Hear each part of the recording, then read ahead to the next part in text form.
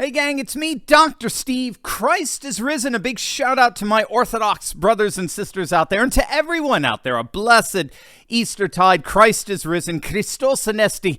Christos voskresia. And Trump is rising in his own way. He's absolutely blowing it out of the water with new fundraising records, all as Democrats are openly panicking over Biden's plummeting poll numbers. The latest averaged out polls are out, and let's just say there's a reason Trump is raking in the dough. You're not going to want to miss this. President Trump is seeing a record surge in fundraising numbers as yet another indicator of his unassailed front-runner status.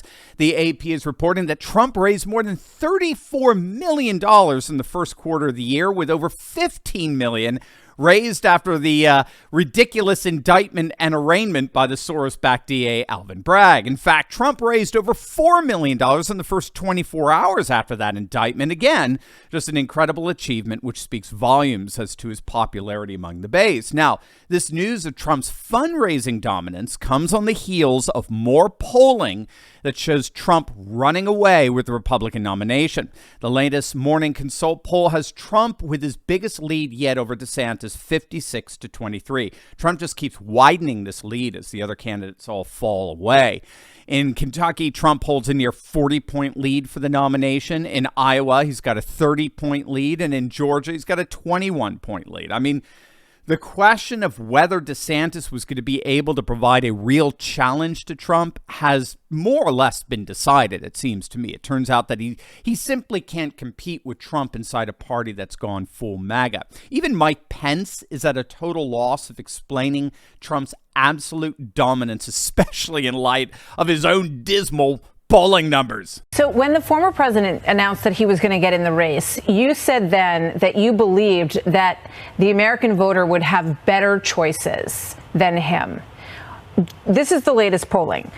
Donald Trump at 54%, DeSantis at 24%, you at 6%, and on down the line here. What do you think about the fact that his numbers are so strong right now, sir? Well, I think people are so frustrated with the failed policies of the Biden administration at home and abroad that there would, of course, be a natural attraction, not only to the former president, but I also believe to the policies of our administration. But look, it's early in this process. I do think we'll have better choices. I think nobody could have defeated Hillary Clinton in 2016 other than Donald Trump. But I think come 2024, our party's going to choose the right standard bearer to meet this moment, to strengthen America at home and abroad. And my family and I continue to reflect on what role we might play in that. And I promise to keep you informed of any decisions that we make in the days ahead. That decision. Yeah, what a sad guy. I mean, it's just sad to see what happened to Pence. He had the opportunity to join the fight against the swamp, but he decided to go the easy route and take his place among the swamp creatures. It's sad. Now, Politico is reporting that there does seem to be another angle for the surge in financial support for Trump. And that has to do with Trump's near obsession with winning the ballot harvesting game. Ever since his speech at CPAC several weeks back, where he outlined his agenda and his strategy to win in 2024, Trump has been making it absolutely clear that we're going to, under his leadership, master ballot harvesting. As we all know, we're in a post-2020 election world where we simply showing up at the polls on election day, which is the historic strength of the Republican Party, isn't good enough anymore. We've got to master ballot harvesting so as to nullify the massive early vote advantage that the Democrats have been able to successfully exploit. And it looks like Trump is pushing something akin to what's called a SoCal ballot harvesting strategy. It's a very, very successful strategy employed by Southern California Republicans, where they won 2 elections in a row in 2020 and 2022. The Republicans largely won the House due to this strategy. And actually, they came within a handful of seats of winning control of the House in 2020, precisely because of the SoCal ballot harvesting strategy. California Republicans have been beating Democrats in their own game by making conservative evangelical churches their absentee ballot centers. Drop boxes are placed in the middle of churches throughout their various districts. The parishioners are instructed on how to sign the ballot, and church administrators take the drop boxes directly to the register of voters with a record of all the votes. One Republican strategist reported that Republicans used a drop box to collect over 12,000 ballots from one single church in Southern California back in 2020 alone. Keep in mind, Kerry Lake lost by 17,000 votes. One church could have largely rectified that. So this is the SoCal ballot harvesting strategy, and it's worked 2 elections in a row, and it looks like donors are beginning to see a very clear path to victory by backing Trump. He has the party solidifying behind him, and he has the ballot harvesting strategy to avenge 2020. What about Biden?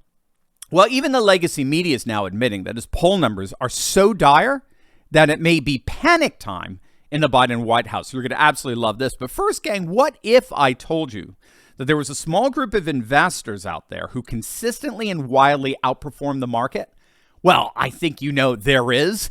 Corrupt politicians like Nancy Pelosi and establishment senators have been using their security clearances and exclusive knowledge to their advantage in the market for decades now. They know when sales are up. They know when earnings are going to be. They know about legislation, incoming Fed changes, and a host of other inside baseball tips that gives them an unfair advantage when it comes to picking stocks. When these big wigs make moves, odds are they know something. And thanks to a little-known SEC database, guess what? We can see what and when these people are buying. Not only do we get to see it in real time, but we get to piggyback on their trades to gain the same advantage for ourselves perfectly legally and ethically. My friend Ross Givens has been tracking insider trading for years, and his recommendations have led to investment returns of over 200%. Some of it as high as nearly 1,500%. And according to him, there's no better way to beat the market. And now it's your turn. Click on that link below right now and learn how you too can learn to trade like Pelosi. Click on that link and learn how to gain an insider advantage for yourself. Politico is reporting on what a number of pundits are increasingly admitting. Biden's poll numbers are indeed grim, in that he's polling at levels that usually don't see incumbents returning to office. The Real Clear Politics polling aggregate, which averages out all of the polls out there, has Trump leading Biden 44-42. That's very dangerous polling territory for Biden. Remember, Biden led Trump by whopping margins in the Real Clear Politics aggregate in 2020, and the end result was that Trump came within 30,000 votes of beating him.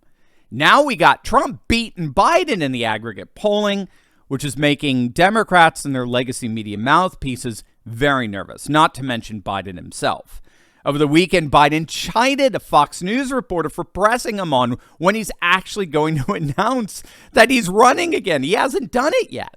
There's, of course, been speculation Biden's not going to run, given his age, his cognitive decline, his overall unpopularity. I mean, polls consistently show a massive supermajority of voters don't want Biden running again. I mean, keep that in mind. Every time news outlets push flash polls that show 50% of the public thinks Trump should drop out after the indictment, all that, 70% don't want Biden to run again, okay? And so it looks like this kind of polling implosion is getting to Biden. He reportedly snapped at this reporter who kept pestering him for when he was going to formally announce his bid for re-election, and he basically told the reporter to shut up about it. I'm going to announce it. I'm going to leave me alone about it. So we'll see. We'll see how that plays out. But Democrats are getting openly very nervous here with these polling averages. And if the economy continues to tank and Trump continues to shore up his base and the overwhelming support of his party, 2024 promises to be epic. As always, make sure to smack that bell and subscribe button. You'll definitely want to check out my latest video on Biden's corruption getting exposed as the globalist narrative on Ukraine collapses. You're not going to want to miss that. So make sure to click on the link and I'll see you over there. God bless.